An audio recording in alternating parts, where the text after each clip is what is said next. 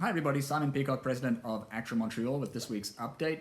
The big news this week obviously was the Canada Emergency Response Benefit, the CERB, coming into existence. Applications began on Monday and already almost 5 million Canadians have applied. We know a lot of our members have successfully applied for this, many cases just taking a couple of minutes, and we know some already have money in their accounts, which really, when you stop and think about it, is a pretty amazing thing, and I think the government should be commended for how quickly they have acted on this. The fact that assistance is already flowing to so many Canadians is pretty amazing. However, having said that, we also know that some of our members have not been eligible for the CERB as it currently exists. I say as it currently exists because we also know from our communications with the government that it is going to continue to evolve and change, that they are aware of the fact that there are gaps in the benefit as it currently exists, especially for those people who are freelance, who work in the gig economy, and maybe have some small gigs that are ongoing, a little bit of income that continues to flow, possibly being significantly less than the CERB itself, yet jeopardizing their eligibility for the CERB. So what we're being told is that the government is working on some changes that would include an allowance of a certain amount of money per month that you would be allowed to earn, or a number of hours per week that you would be allowed to work, either way without jeopardizing your eligibility for the CERB. We don't have those figures locked down yet, and we don't know when these changes will come, but we have been assured they are in the works, they will be coming, so eligibility will continue to expand as the days go by. We will update you as soon as we have firm information on that. We've also been talking to the government a lot about residuals, and one of the MPs we have talked to is saying that the government is looking to consider that to be past work, so in which case it would not affect your eligibility for CERB. Again, this isn't locked down, this is the opinion of one MP, but I thought it was important to share that because I know this is a huge issue for a lot of our members. This is something we're going to continue to work on, to get clarity on, and as soon as we know for sure, we will pass that information on to you.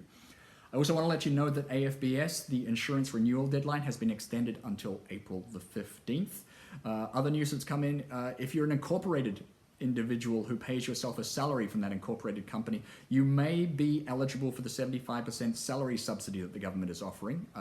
There's a lot of technical information required, and this is a much trickier process. I am not qualified to tell you what that is, so I would urge you, if you're in the situation you think you might be eligible, either contact the CRA on the website above, or talk to your accountant. They'll be able to advise you whether or not you are eligible for that.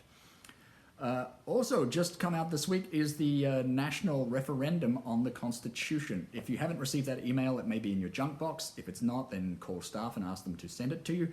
I would ask you to vote yes for these changes. I was the Montreal representative on the committee that did all this work. It's been 27 years since we've looked at the makeup of the National Council and the National Executive.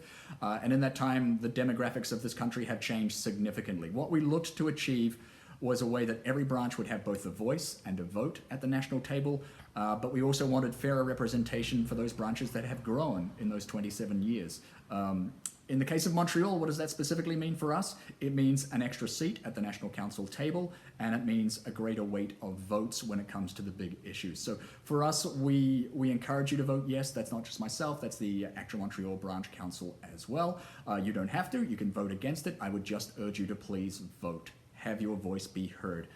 That's it for the update this week. The only other thing I wanted to throw in there was just some real heartfelt thanks to the staff at ACTRA Montreal who have been working so hard through so much stress and difficulties and a tumultuous time when nobody knows quite what's going on. So I give them my deepest appreciation, and I hope if you're in touch with them, you will pass along yours as well. In the meantime, please go wash your hands again.